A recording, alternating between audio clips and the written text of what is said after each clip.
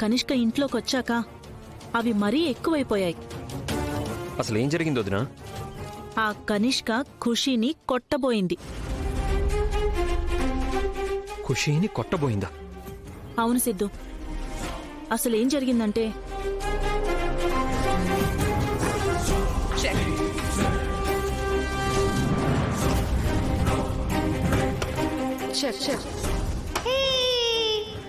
అమ్మ కనిష్క ఆంటీకి చెక్ పెట్టిందా?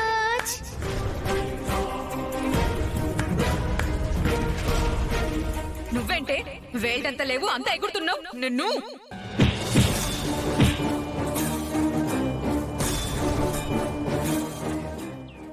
ఆ కనిష్కకి తులసంటే అస్సలు పడట్లేదు. అత్తయ్య వాళ్ళు కూడా ఫుల్లుగా తనకే సపోర్ట్ చేస్తున్నారు. అమ్మా ఆగండి, మిమ్మల్ని లోపలికి పంపించొద్దని ప్రిన్సిపాల్ గారు స్ట్రిక్ట్ గా చెప్పారు.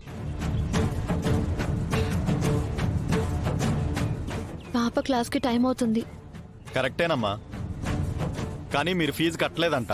అది కడితే తప్ప లోపలికి అలౌ చేయొద్దన్నారు. లేదండి, నేను ప్రిన్సిపల్ గారితో మాట్లాడతాను. లేదమ్మా, మీరు ఫీజు కట్టడానికైతేనే లోపలికి పంపమన్నారు. ప్రిన్సిపల్ గారిని కలిసి ఎలాగైనా ఒక వారం రోజులు టైం ఇవ్వమని బ్రతిమాలుకుంటానండి. నేనేం చేయలేనమ్మా. అది కాదండి, వారం రోజుల్లో పాపకు ఎగ్జామ్స్ ఉన్నాయి. దయచేసి కొంచెం పెద్ద మనసు చేసుకొని పాపని పంపించండి. అదంతా నాకు తెలియదమ్మా. మిమ్మల్ని ఇప్పుడు లోపలికి పంపిస్తే నా ఉద్యోగం పోతుంది. నన్ను అర్థం చేసుకోండి అమ్మా.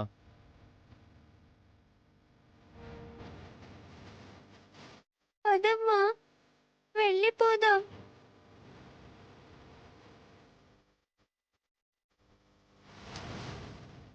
చదువుకోవడానికి స్కూల్కే వెళ్ళాలా?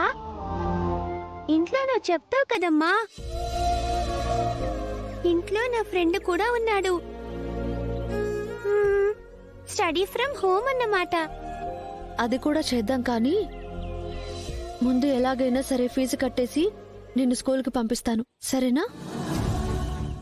పద, ఇంటికి వెళ్దాం. అమ్మా, ఇప్పుడు మనం ఇంటికి వెళ్తే ఫీజు కట్టలేదని, ఇంటికి పంపేశారని అందరికీ తెలిసిపోతుంది కదా. అప్పుడు ఏం చెప్దాం? నిజమే ఖుషి, ఇప్పుడు ఏం చేద్దాం? ఏం చేద్దాం? అమ్మమ్మ వాళ్ళ ఇంటికి వెళ్దాం. సరే ఖుషి, ఉండు, ఆటో పిలుస్తాను. అమ్మా, ఏంటి? ఆటో వద్దు, నడుచుకుంటూనే వెళ్దాం.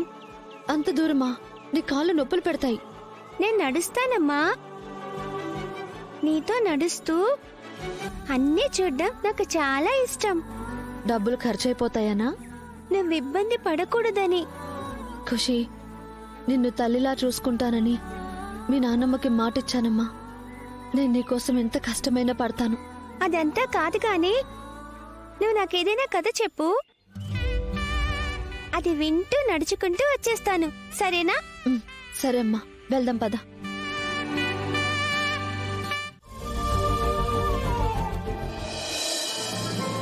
అమ్మా తులసి, ఎలా ఉన్నావు? ఖుషి,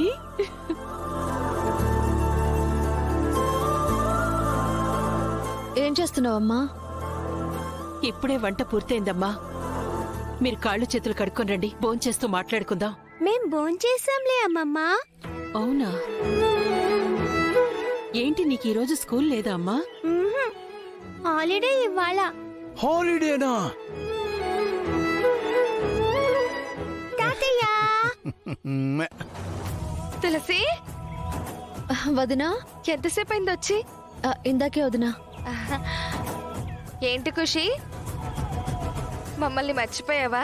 మర్చిపోతే మిమ్మల్ని చూడ్డానికి ఎందుకు వస్తాను ఇప్పుడు? ఏంటిలా వచ్చారు? ఆఖరికి మిమ్మల్ని కూడా ఇంట్లోంచి గంటేశారా ఏంటి? ఏంట్రా ఆ మాటలు? అదే చెప్పా పెట్టకుండా వస్తే డౌట్ వచ్చింది, అందుకే అడిగాను. పుట్టింటికి ఆడపిల్ల ఎప్పుడు రావాలనుకుంటే అప్పుడు రావచ్చు, తనకు ఆ హక్కు ఉంది.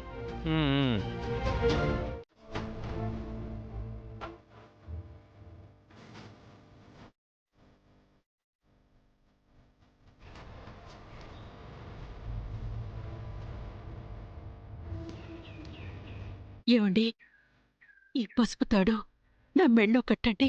అదేంటి లక్ష్మి, ఇప్పుడు పసుపు తాళి కట్టడం ఎందుకు? నీ మెల్లో తాళి బానే ఉందిగా. నేనిది తీసేస్తానండి. మీరిది ఎక్కడైనా అమ్మేసి డబ్బు తీసుకుని రండి. ఇప్పుడు తాలిబొట్టు తాకట్టు పెట్టి డబ్బులు తీసుకోవాల్సిన అవసరమే వచ్చింది లక్ష్మి. పాపం స్కూల్ ఫీజు కట్టలేదని ఖుషిని స్కూల్ నుంచి పంపేశారండి.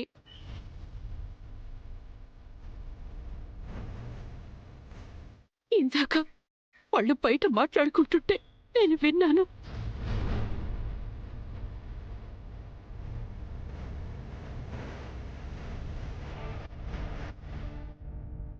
అమ్మా, నన్ను స్కూల్కి రానివ్వట్లేదని అమ్మమ్మని ఫీజు అడిగితే ఇస్తుంది కదా. లేదు ఖుషి, ఇప్పటికే వాళ్ళు చాలా ఇబ్బందుల్లో ఉన్నారు. ఫీజు గురించి వాళ్ళకేం చెప్పొద్దు ప్లీజ్ ఖుషి. సరే అమ్మా, పద. పద.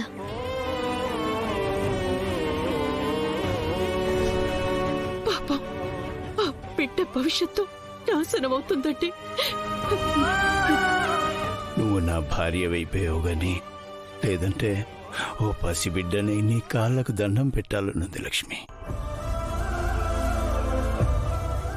తల్లిదండ్రుల్ని దూరం చేశానని బాధపడే ఆ భగవంతుడు మీ రూపంలో 2 తల్లుల్నిచ్చుంటాడు.